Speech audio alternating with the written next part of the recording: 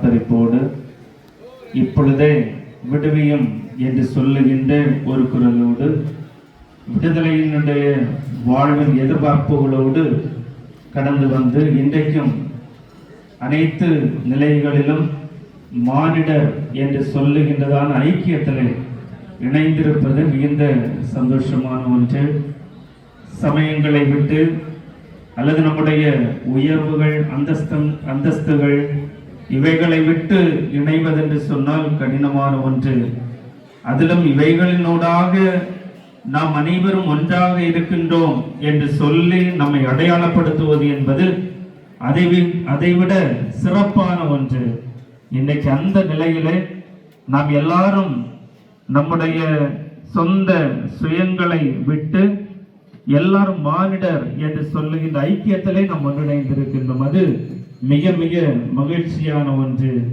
இந்த ஐக்கியம் என்பது சாதாரணமாக வருவதில்லை.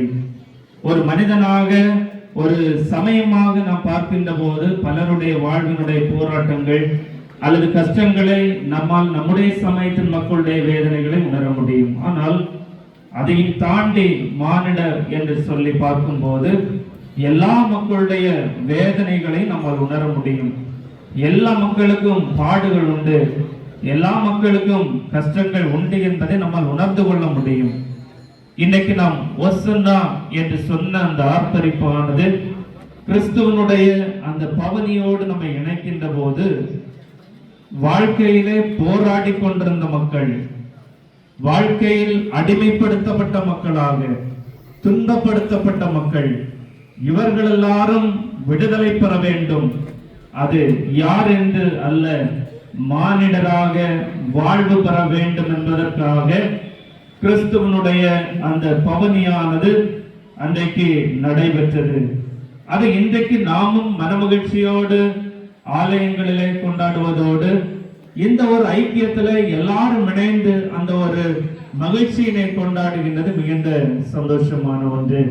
இது ஒவ்வொரு காலகட்டங்களிலும் பல தலைவர்களாக எல்லாருடைய செயல்பாடுகளுமே விடுதலை, அடிமைதனம் அல்ல, மனுக்குலம் வாழ்வு பெற வேண்டும் என்பது அந்த ஒரு பெரிய நோக்கத்தோடு எல்லா சமயங்களும் இருக்கட்டும், எல்லா தலைமைத்துவங்களாக இருக்கட்டும், எல்லாமே அதற்காக காரியங்களை முன்னெடுத்து செயல்படுத்திக் கொண்டிருக்கின்றது.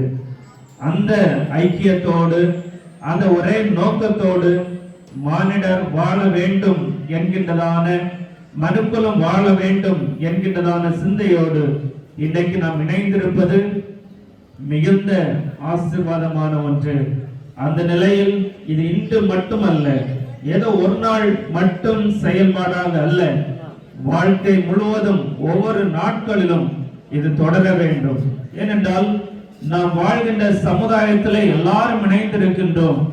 என்னுடைய தேவைகளை பூர்த்தி செய்வது இன்னொருவர், அவர்களுடைய தேவைகளை பூர்த்தி செய்வது நாம இருக்கின்ற போது, இது எல்லா நிலையிலும் வெளிப்படுகின்ற போது அந்த சமத்துவம் உலகத்திலே நாம் நினைத்ததை விட விரைவாக வந்துவிடும்.